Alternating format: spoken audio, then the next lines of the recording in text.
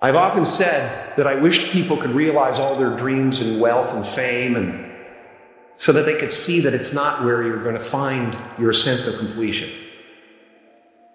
I believe that I had to become a famous, idea. Yeah. And get all the stuff that people dream about, and accomplish a bunch of things that that look like success in order to give up my attachment to those things. Oh. It's been part of the evolution of ego is to spend your first half of your life acquiring and adding, thinking you can add to yourself, and it looks great. I mean, it looks great when you got a cool car and you got nice clothes, and and you've done something that people admire. When I was about 28, after a decade as a professional comedian, I realized one night in LA that the purpose of my life had always been to free people from concern. Choosing to free people from concern got me to the top of a mountain. Look where I am. Look what I get to do. Everywhere I go. I'm going to get emotional because when I tap into this, it really is extraordinary to me. I did something that made people present their best selves to me wherever I go. I am at the top of the mountain, and I was, and the only one I hadn't freed was myself. I played the guy that was free from concern so that people who watched me would be free from concern. And that's when my search for identity deepened. I wondered who I'd be without my fame. Who would I be if I said things that people didn't want to hear? We don't matter. You're supposed to say, we're important. You're supposed to say, it's all going to be all right. And you're supposed to say that, whatever you dream can come true. And you're supposed to say all those things. I do believe in manifestation, the power of that kind of stuff. But I don't believe that any of it matters. This mattering is to me a human construct. I used to think Jim Carrey is all that I was. Just a flickering light, a dancing shadow, the great nothing masquerading as something you can name. I don't exist. So they're all characters that I played, including Jim Carrey, including Joel Barish, including any of those things. They're all characters. Jim Carrey was a less intentional character, because I thought I was just building something that people would like, but it was a character. Because ultimately, we're not the avatars we create. We're not the pictures on the film stock. We are the light that shines through.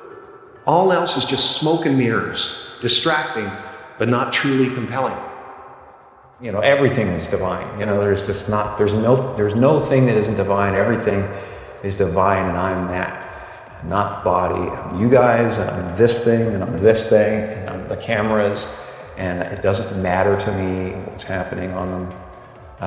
Sometimes I still have the groove cut in me that, wants my hair to look nice. Right. It's an ancient thing. There's still ego there, but I don't.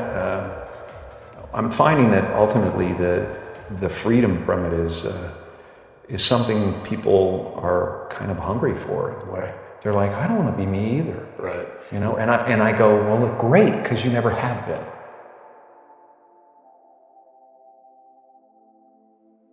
To find real peace, you have to let the armor go. Your need for acceptance can make you invisible in this world.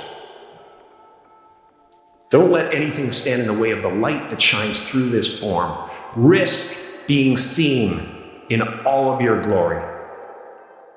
Our eyes are not viewers, they are also projectors that are running a second story over the picture that we see in front of us all the time. Fear is writing that script, and the working title is, I'll Never Be Enough. People talk about depression all the time. The difference between depression and sadness. Sadness is just, from happenstance. Whatever happened or didn't happen for you, or, grief or whatever it is. And depression is your body saying, F you, I don't want to be this character anymore. I don't want to hold up this avatar that you've created in the world. It's too much for me, you know? And so a friend of mine who's a spiritual teacher has a really good take. His name is Jeff Foster, and his take on it is that you should think of the word depressed as deep rest. Deep rest. Your body needs to be depressed. It needs deep rest from the character that you've been trying to play. Right. You know, the great and powerful Oz. I'm the great and powerful Oz. How dare you come near me? This is the voice of the ego. And if you listen to it, there will always be someone who's doing better than you. No matter what you gain, ego will not let you rest. It will tell you that you cannot stop until you've left an indelible mark on the earth, until you've achieved immortality. How tricky is this ego that it would tempt us with the promise of something we already possess? A happy place is realizing that you're everything, you know, and that there's no real you involved in the first place.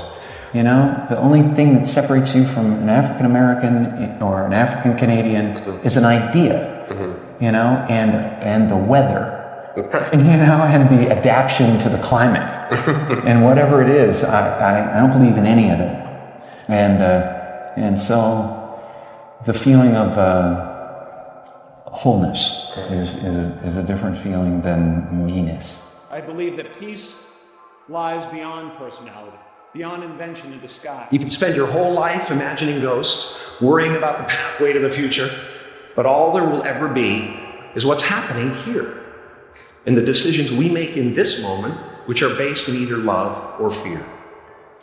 So many of us choose our path out of fear disguised as practicality. What we really want seems impossibly out of reach and ridiculous to expect, so we never dare to ask the universe for it. I'm saying, I'm the proof that you can ask the universe for it. Please. In case I don't see you, good afternoon, good evening, and good night.